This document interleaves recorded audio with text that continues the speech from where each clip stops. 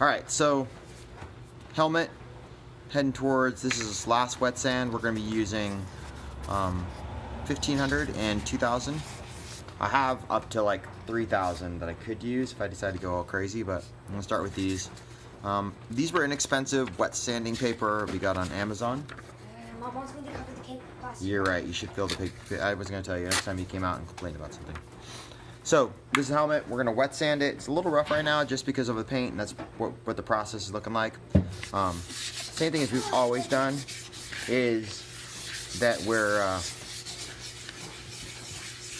working in circular motion, taking off the little bumps that we currently have. I'm going to work on the top first. Now, I'm new to wet sanding, so I have the concept of sanding. I've done lots of sanding in my life, but wet sanding, what I'm trying to do is get this as smooth as possible so that the next coat of paint can have something to attach to, but also trying to continue to refine down the painting work that we've already done.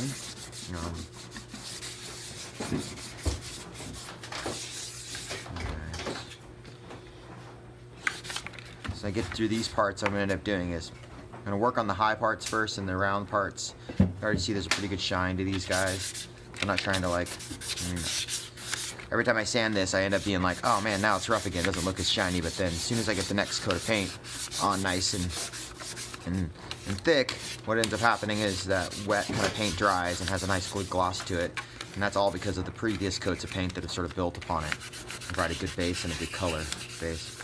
I'm working hard on just like doing top layer stuff. I'm not trying to get into the details at this point.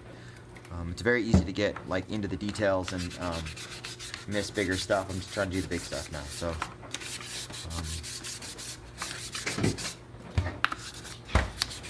good night, Eli. All these guys out here. Now, obviously, I don't want to repaint all this again, but you can see there's a little bit of like, can you see that right there? A little lightness there. That's just, these edges are tough because I didn't want to get a lot of paint in there, but you can see that even not being super generous with the paint in those areas now, I'm sanding with 1500 and it's causing some interesting rub outs, and that's not what I want. But you know, in that kind of area, it's gonna be hard to do a whole bunch of paints right there. I'm just gonna have to deal with it now because I'm not gonna do 3 more paints. I'm gonna try to make this my last paint before I clear coat and or buff out. What are these corners here? Keep this nice and wet. Now these helmets have both. I'm gonna work on this helmet first, and I'm gonna work on the Boba Fett helmet. These helmets have both dried for 2 full days from the last time that I did any painting on them.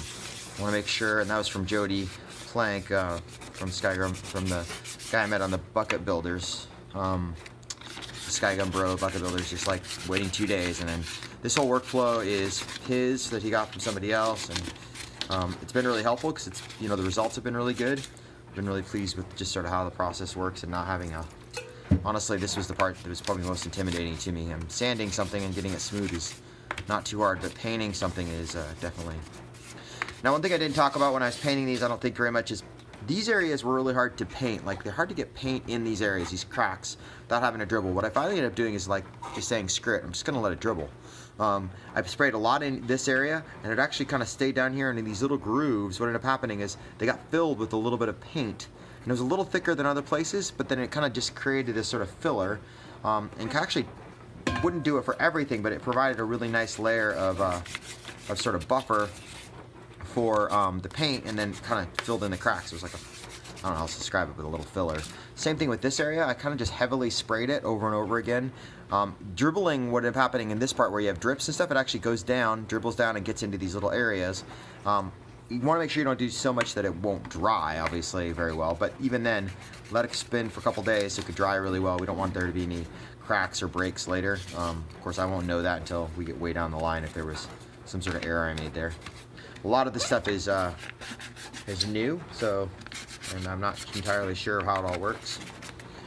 One thing I didn't realize until I went back and looked at the models, actually I had left this part closed. So if you look in there, you can actually see that I didn't, this is all unfinished. I'm gonna have to work really hard to get some paint in there. I might even have to go back there with the paint, a little bit of little spray can in a little cup or something, and actually paint that on by hand. Just because it's been so long, I may need to get a couple coats without having to put coats everywhere. But it's both, it's on the top and the bottom, it's completely unprimed and everything. I just didn't realize it. I thought this was supposed to be closed, and actually I had filled it in and rebuilt it because I thought it had gotten screwed up when I was doing the drill out. That's my own problems. Okay, so I'm gonna put this down with another. Just cover with some water here and rinse off stuff, and then I'm gonna go back around and hit these details. I'm gonna get these kind of corners, get this part. I'm gonna get the stuff that's around these edges. That way I can just focus on this part. And I'm sorry if this is boring. I mean, this is a lot of just what you do day to day if you've been building these helmets.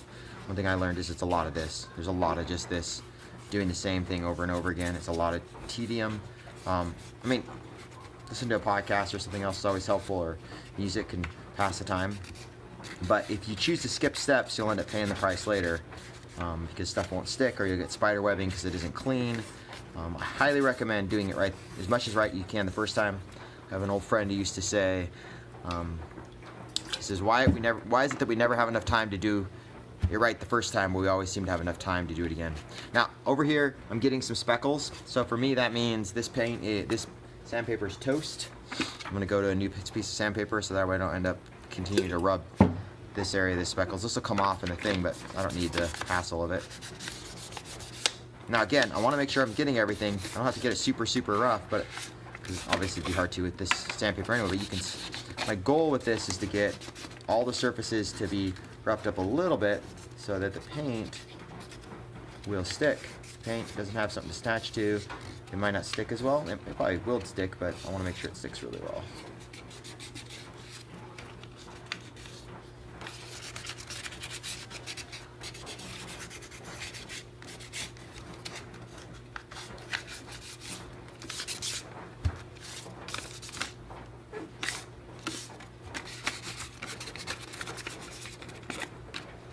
Now these parts here, obviously these are going to be covered up with grooblies, but I mean, the surface you make with it is still, on the whole thing, is like you're doing it universally. You want to make sure you're consistent with it. I have a little dent there. My kids bumped this when they were messing with something else in the cabinet, which is try to put things away from kids, and they still, in the garage, and they still try to get at it. So that's a bummer. They've been a really big help on most of this project, but that particular stuff is sort of frustrating.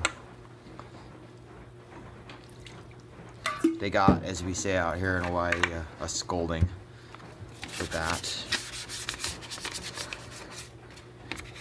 Now, the other benefit that I have out here is unseasonably nice weather. It's really warm tonight. Like actually, temperature's been really good in the fall. It's not too hot like it would be in the summertime, and pretty easy to work on this. So, pretty well set on this. Pretty happy with where we're at on this guy. Pretty smooth, no worries. A little bit here, I guess I should. Now I'm going to do one level up, so I don't have to get everything to this level. But the next thing I'm going to do is same process again, except I'm going to bump it up to the 2000 grit. I'm going to do the whole process again, and then we'll be ready to go for paint.